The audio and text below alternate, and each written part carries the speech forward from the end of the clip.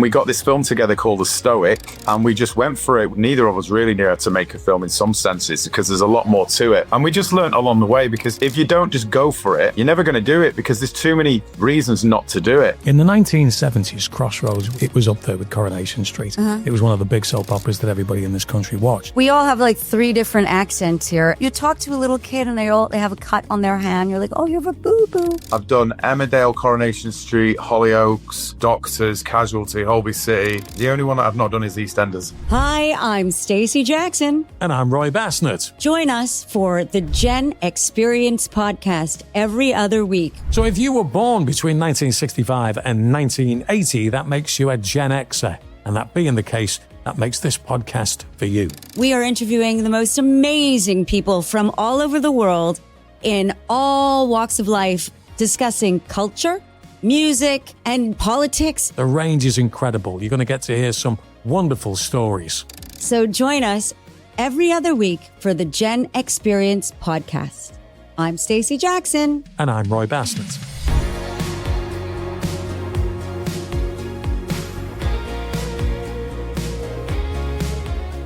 Hello and welcome to the Gen-X-Perience podcast with me, Roy Bassnett. And me, Stacey Jackson, right out of the 80s. Hi, I know this is going to be a long day, isn't it? You know, I was thinking, because, you know, I've been looking at the last few episodes, and, you know, all this tech that you brought in, you know, this tech. Yeah, all this. I take it. Tech.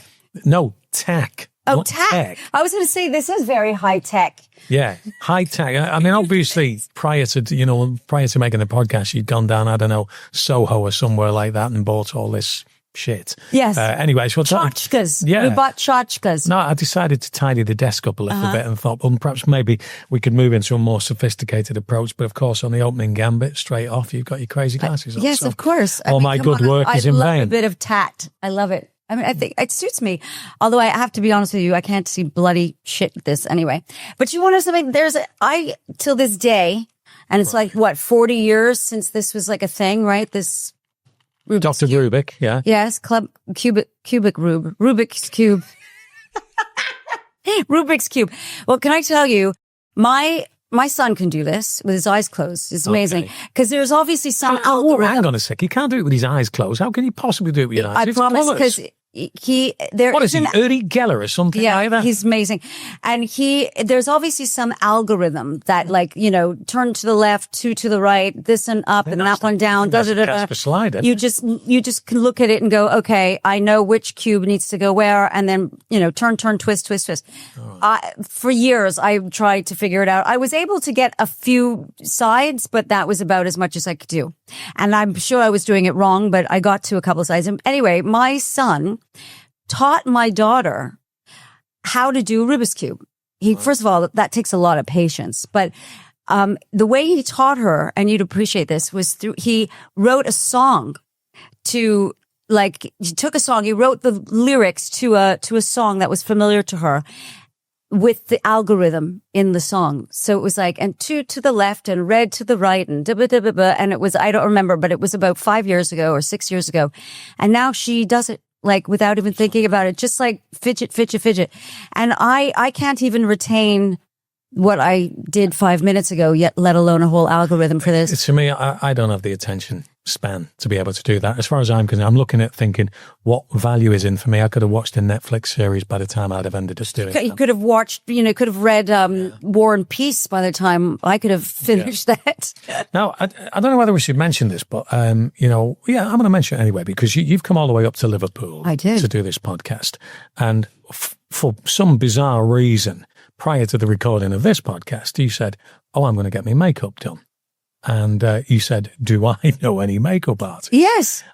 So you went somewhere. Do you want to mention anybody? I do. Did you have a conversation with these? Because I was really worried I was going to end up, looking like the Bride of Frankenstein. Because, you sort of walk into some place and you're like, okay, do my makeup.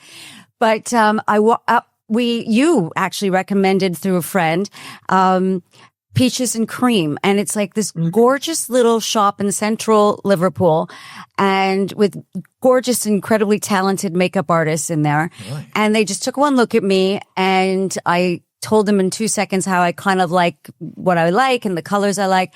And he just got it. I mean, Oh, it was a he. It was a man. It was a bloke. he. Yes, yes. And he was awesome. And I'm all fluttery and lash-tastic. And I want to just give a real props to this team of people. And what's his name? Dean Alexander. Oh, you're so cute. And that's again, you laugh every time I say you're cute. I mean, I use that word with like endearment, my darling. Right. I mean it. And they were very talented. And anyway, I'm not, patting myself on the back, but I think you did a great job because having done my makeup professionally for the past how many years I was as a performer. It's hard to get it right. So thank you for the recommendation. He's just had a great plug on our podcast. Yes. Maybe we should invoice him for that. Yeah.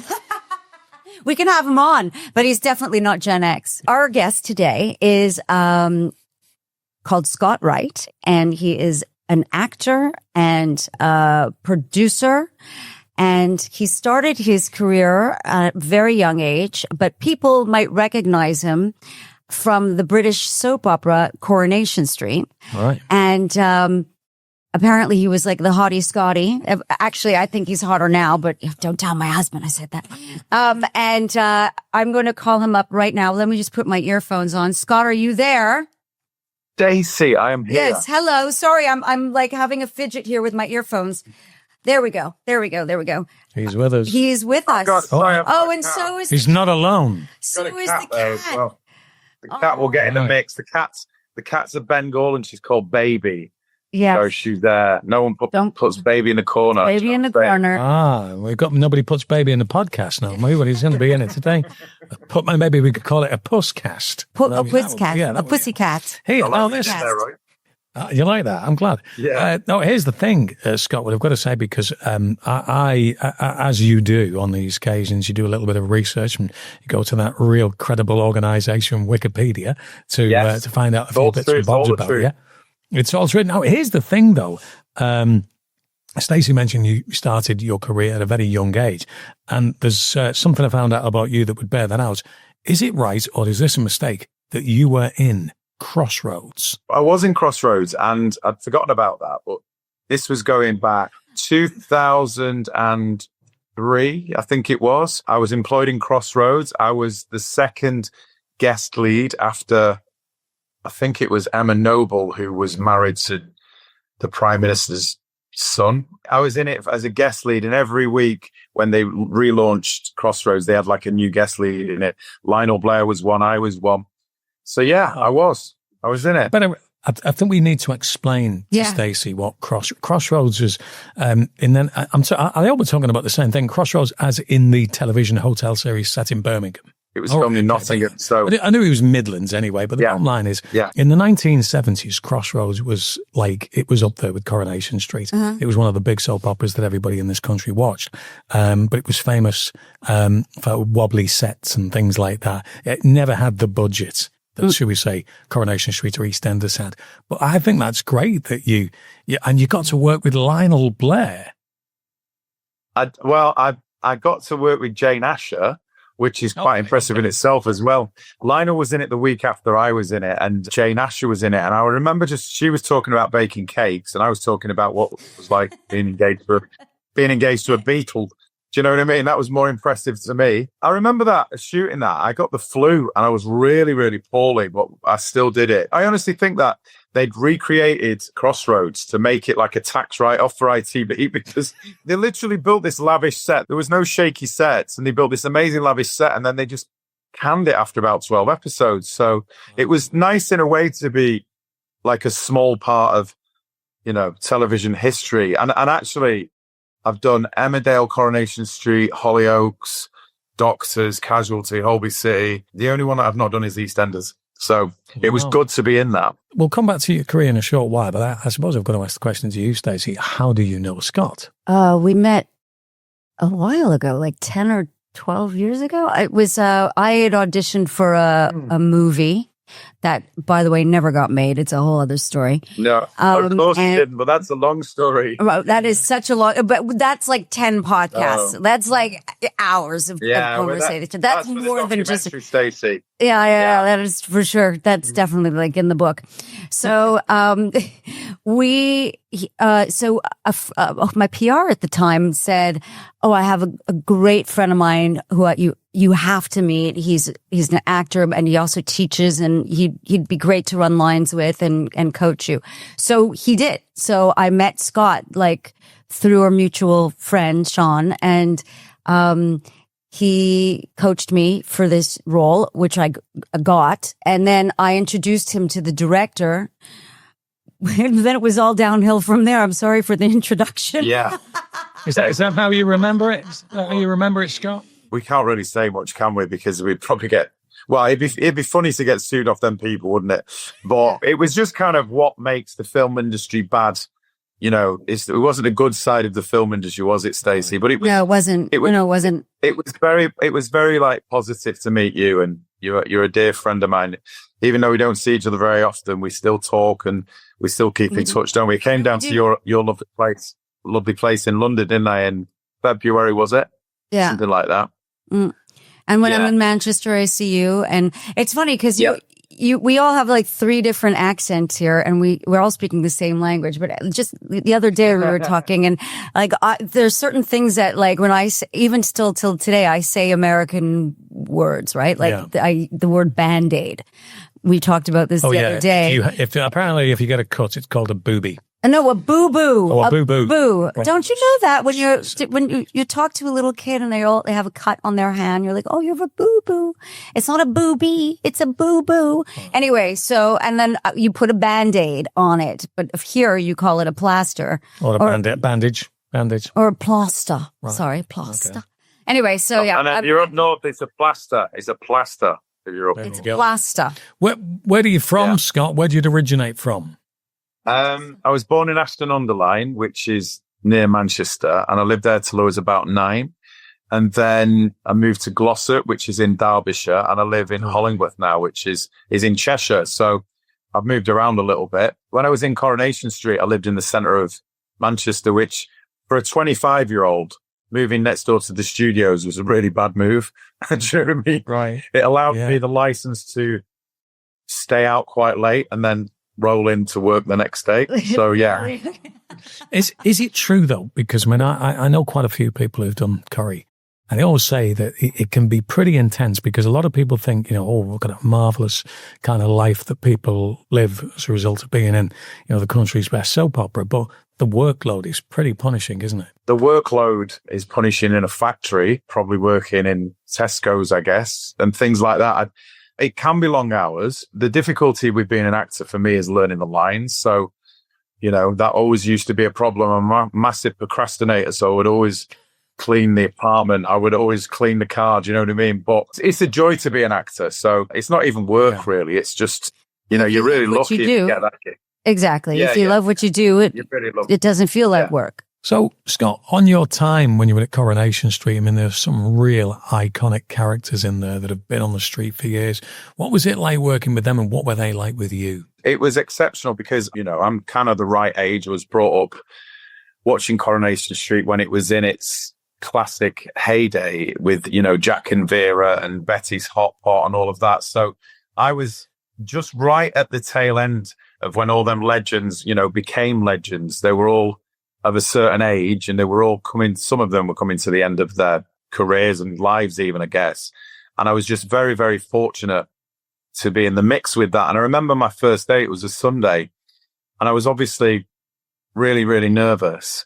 And I turned up, and there's Betty sat there, Ken Barlow's sat there, Kevin Webster's sat there, Emily sat there, Rita sat there. And I just sat down and I talked to them for a little while. I filmed my first few scenes.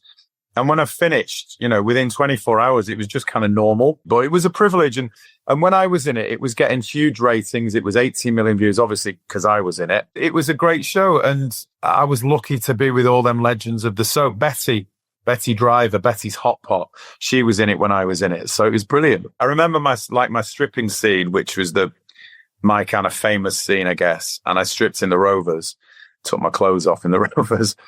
And Betty was in that, and I gave her a kiss, and then that's I think that got about 18 million viewers. So it was a big TV episode, and it was great. It was great. It was a big honor to be on the program when I can imagine that. What we need to do is just backtrack a little bit here, because during the course of that conversation, Scott mentioned hot pots, and you looked a little bit confused by it. Are you familiar with what a hot pot is? I had no clue what he was saying. Did you think until that he said I took my clothes off, and then I was like, I perked up, and then I'm thinking, okay. Scott can explain to you what a hot pot is. Yeah, can you please? Well, I mean, do you want the adult version, or do you want what a hot pot actually is? Hey, listen, we're not bothered. We'll take both. Whatever please, comes okay, because well, this is a global listenership here, so you might need to translate. So Betty's hot pot is like Lancashire hot pot. It's like meat and potatoes and a bit of onions, bit of a pastry.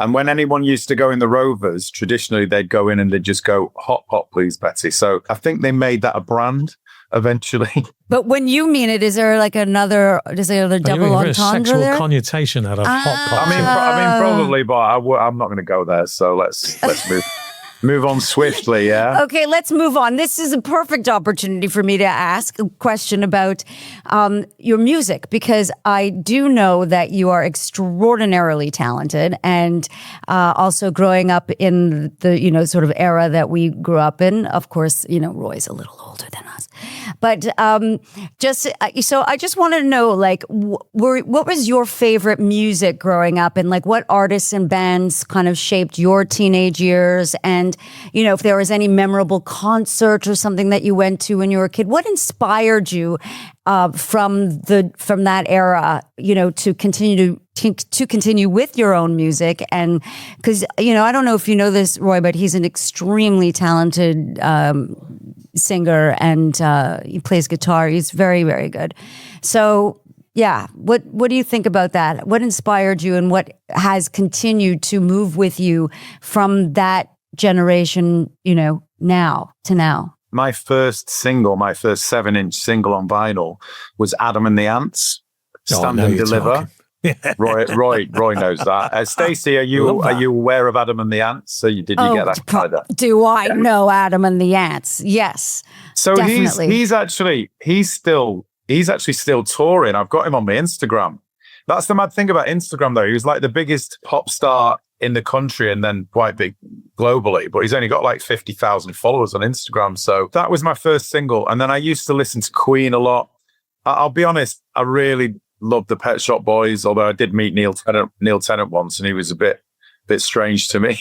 So I've tried to manage my feelings towards the Pet Shop Boys since that moment. And yeah, just bands like that. And nowadays, I know going forward, big Radiohead fan, but obviously the Beatles. I remember when I was growing up, when I was a kid at junior school, we used to have a pianist there. One of the teachers played piano, and she used to, instead of getting us to sing hymns and stuff, she'd play Penny Lane and things like that. Yeah. And that's a cool teacher. Oh, so cool. So cool. So we'd learn all the lyrics to Penny Lane and Strawberry Fields and things. So my musical education was certainly the Beatles, a little bit older, certainly Pet Shop Boys, Adam and the Ants, and Queen. Who doesn't like Queen? So for the benefit of people who might not have heard the music that you produce yourself, I mean, based on those kind of influences there, would we detect a little bit of that? How would you describe your music? I'm a pianist and a guitar player, but I'm first and foremost a singer. So I started singing first, and then I started playing musical instruments second, mainly because musicians, and they'll admit that themselves, are a little bit unreliable. So I'd turn up just for gigs. Take it on yourself. Yeah, the guitarist wouldn't be there. So I thought, well, I can stop this problem by learning myself. But I don't really write many songs, but some of the songs that I've wrote have aired on the side of darker sort of songs, and they're lended from, probably from Radiohead and things like that. Despite my feelings towards meeting Neil Tennant, I do still love the Pet Shop Boys. Oh, the Pet Shop Boys music's fantastic. I would put the Pet Shop Boys up there as one of my favourite bands, and I love the music of it. You won't make any sense of the lyrics whatsoever. They don't make no sense. West End Girls? Yeah, well, West End Girls, like, Reindeer General. I'm not sure what a Reindeer General is. That's a line from, Left to My Own Devices, I think it is, or something like that. But the production of it, Pet Shop Boys. Oh, yeah. Well, you're a fantastic. synth pop guy. You love love synth pop. the Yeah. synth pop. They're not the most, I can't imagine, because my wife went to see the Pet Shop Boys a couple of years back. And I can't imagine they're massively dynamic on stage. Music, can't argue with it. Then Northern lads as well, one from Blackpool, one from Sheffield. Yeah. Yeah. Well, it was funny because they are tremendously flamboyant on. Well, Neil Tennant is. He likes to dress up, he gets all the kit on. And Chris Lowe just doesn't do much. For Chris Lowe's amazing, isn't he? He creates the music, and he's the man. I think Neil Tennant writes the lyrics. But I have seen them a couple of times, and they are quite impressive. But you know what? They're both amazing. They're both amazing musicians. Yeah. No, they are. And again, it's another one of those, where their songs will get played even now. Like it's all over TikTok, and and even my kids know a Pet Shop Boy record. I mean, that's. I'm thinking here then, seeing as we're both, obviously Scott and I are both lovers of Pet Shop Boys. For me, Domino Dancing, probably the best one. What would you say for the Pet Shop Boys? I like a lot of their music. I like Domino Dancing. I like Always on My Mind, although that was Elvis. Yeah, but their version was great. Their version was great. I like the one, What Have I Done to Deserve This, with Dusty Springfield as well. Very underrated tune, that, guys, isn't it? Yeah. That is a good song. That's a good shout, by the way. Now, what do you have coming up? Okay, so now let's bring it back to now. And I'm very, very proud of this boy, yes, my friend. I can see that. I am, because he's definitely a hot pot for you, isn't he? He's great because he took the bull by the horns, basically. Like he said, not only did he figure out, okay, so there were so many unreliable musicians out there, I just learned how to play guitar. The thing about Scott, and that's a great example, is that, he wanted to get a movie made, and he just made it. He produced it. He put the whole thing together. He's like, you know what, given the experience that we've had in the industry, he realized, you know what, let's just get shit done. Yeah. And who's going to do it, and who's going to care more about a project that you're so passionate about than yourself?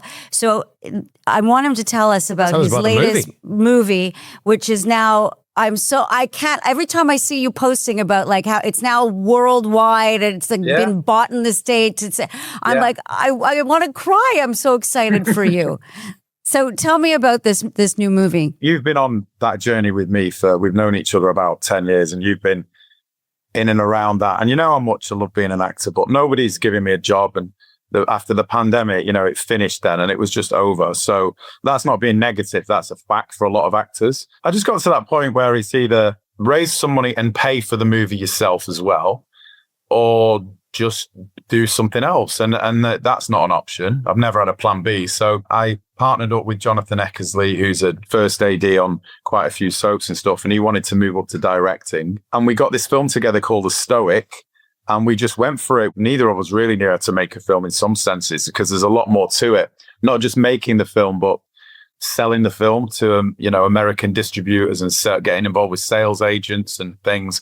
And we just learned along the way, because if you don't just go for it, you're never going to do it, because there's too many reasons not to do it.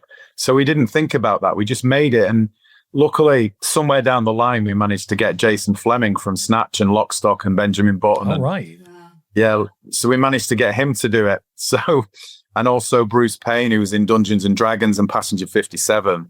And so once they came on board, it made it into, a possibility to sell it. And then I got an international press release out. And the film, as Stacey said, has gone around the world. We sold it to Saban in America, who created the Power Rangers. Saban are now owned by Disney.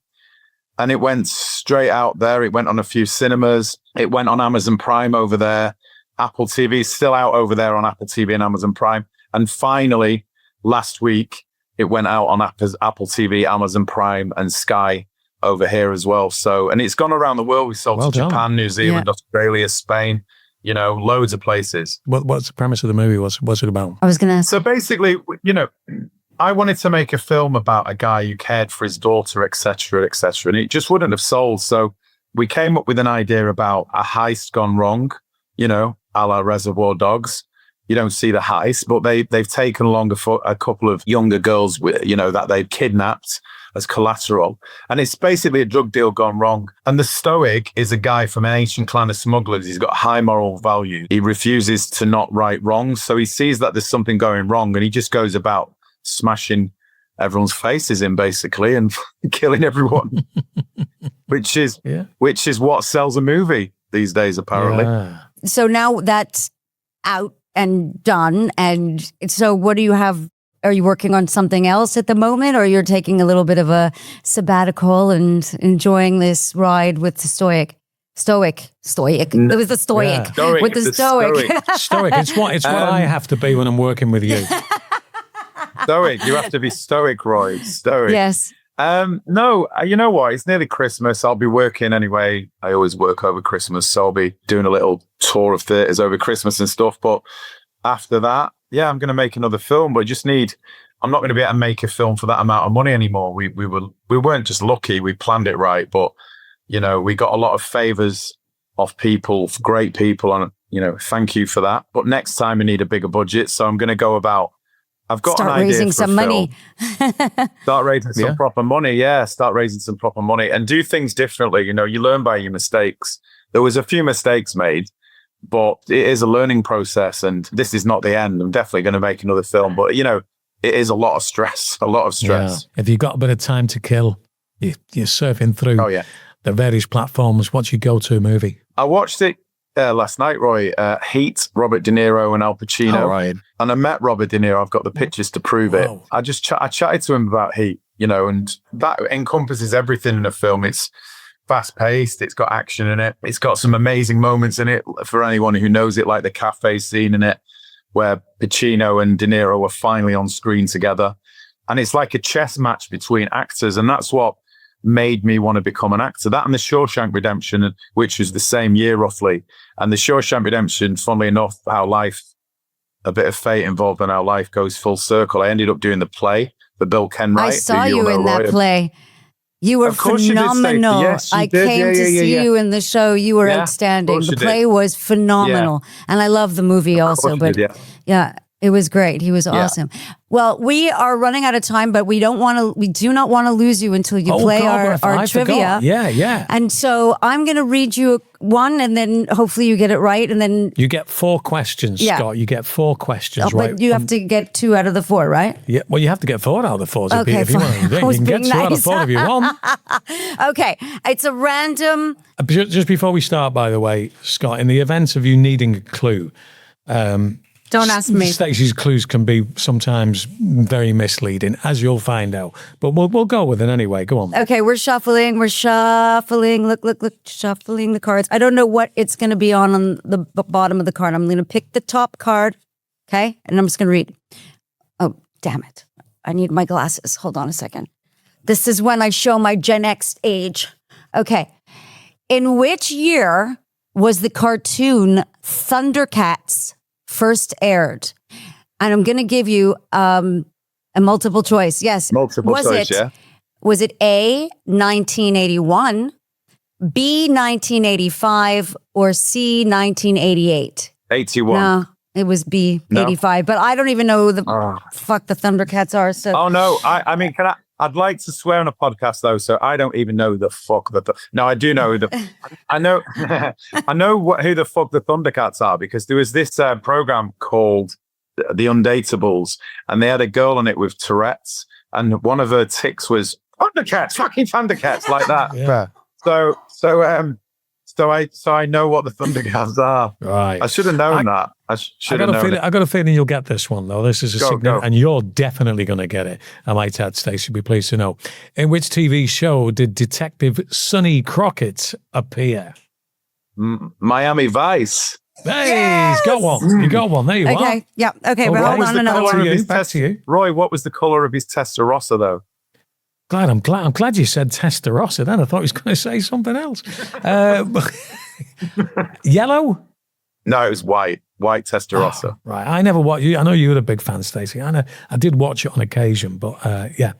Right. Okay. You do your question. Okay. I think you'll get this because I think you would totally have been watching this. Okay. So the TV show Knight Rider Yep. Remember Knight Rider? Okay. Of course I do. What is the name of Michael Knight's car? Kit. Yes. Yes. KITT. I think it stands for something, but I don't know what. Do you know what it stands that for? was as well. That was the campest car in the history. Hello, Michael. Hello, Michael. So camp, wasn't it? I think that car had a little thing for the Hoff. We all do, though. We all do. Well, Nothing wrong with that. right. Here's your final one. Final here. question. And speaking of somebody who is, not averse to stripping yourself, which group were stripped of their 1990 Grammy for Best New Artist? I know the answer. Yeah, I know Nilly you know. Vanilli. There you go. Yeah. That's 3 out of 4. I'd say in the league table I of think things. he is in the lead he of could all be in of the us. lead. Yeah, I'm disappointed about that Thundercats question. I should have thought that through more. No, don't worry about it. I promise you. I came in yesterday and I'm like, I know I've got all of them. In the hotel room, I was just crushing it. And of course, we whip out the cards and he asked me on air and I got all of them wrong. I'm like, but in all fairness, there were like random questions about Cabbage Patch dolls. I mean, I didn't even have a Cabbage Patch doll. I did, though, Anyway. but don't tell anyone. Oh, shit, I've just sold everyone. It's there now. Listen, Oh, it was so Scott, good. it's been a real pleasure having you on the show. I've really enjoyed your company. We've really enjoyed your company. If people want to find out or monitor your progress, how can they do that? Oh, why don't you get me loads of Instagram followers? Scott Wright UK. Yeah, well, you can do that because you got some pull in that department. Oh, yeah, well, I might be able to get you one. Well, me too. I might be able to get you one as well, Roy. Brilliant. Great speaking to you, Scott. Thanks, Thank you Scott. very Love much. Love to ya. meet you, Roy. Mwah. Thank you, Stacey. Bye, Love you honey. lots. Bye. Yeah, wonderful guest. Yes, great what a guest. guy. Yeah. So hopefully that their movie that he might get to make again, somebody can fund it for him if anybody's out there. No, he's really talented. I saw the movie. It's not my cup of tea. It's not the kind of flick that I would see. I watched it. He sent it to me before it even went out. And I watched it, and he's brilliant in it. I find he is such a talented actor. You can tell he is because of how natural he is in the way he Very speaks. natural. You can tell how, yeah. He's very confident, very natural. He's, like he said before, he loves what he does. So you can tell that he doesn't find it work, which is great. I think that's what everybody should be doing, is they should be doing what they love. That's what it's all about. I know sometimes it's hard to do it, but life's too short. Right. And unfortunately, our podcast it has to come to an it's end. got to come to an end now. It's too short. So, yes, thank you very much indeed for watching. And do like and subscribe and follow us on all our usual channels. The Gen-X-Perience podcast with myself, Roy Bass, and Stacey Jackson. I will see you next time. Bye, everyone. Thanks very much for checking out the Gen-X-Perience podcast. Please do like and subscribe. We look forward to your comments. And if you could give us a 5-star review, that would be really appreciated.